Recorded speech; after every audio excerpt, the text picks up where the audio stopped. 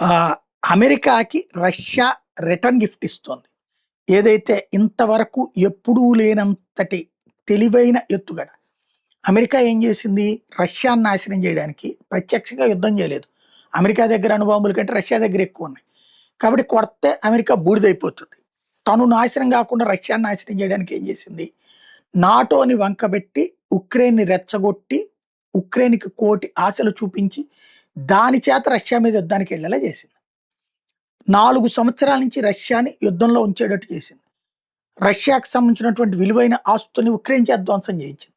రష్యాకి సంబంధించినటువంటి ధనవంతుల యొక్క ఆస్తులు ప్రపంచంలో ఎక్కడుంటే అక్కడ సీజ్ చేపిచ్చి ఆర్థికంగా దెబ్బకొట్టింది. ఆంక్షలు పెట్టి ఏడిపించింది. ఇప్పుడు రష్యా ఏం చేస్తుంది?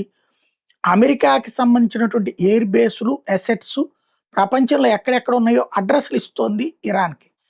ఎక్కడో అజర్బైజాన్ దగ్గర ఉన్నటువంటి అమెరికన్ స్థావరాలు, ఇరాక్‌లో ఉన్నటువంటి అమెరికన్ స్థావరాలు, సైప్రస్‌లో ఉన్నటువంటి అమెరికన్ స్థావరాలు, బ్రిటన్ వాళ్ళ పేరుతో నడుస్తున్నటువంటి అమెరికన్ స్థావరాల అడ్రస్‌లు కూడా ఇచ్చింది. దాదాపుగా 14 దేశాల్లో ఉన్నటువంటి అమెరికన్ స్థావరాలకి అదేదో పోస్ట్ మాస్టర్ అడ్రస్ తీసుకొని ఎళ్లి ఇచ్చొచ్చినట్టు మిస్సైళ్ళు, డ్రోన్‌లు ఎళ్లి విరుచుకుపడి ఆ ప్రాంతాన్ని ధ్వంసం చేస్తున్నాయి. అమెరికా వేల కోట్ల రూపాయల నష్టం జరుగుతోంది. ఇదంతా ఎవరిస్తున్నారు అంటే రష్యా ఇస్తోంది.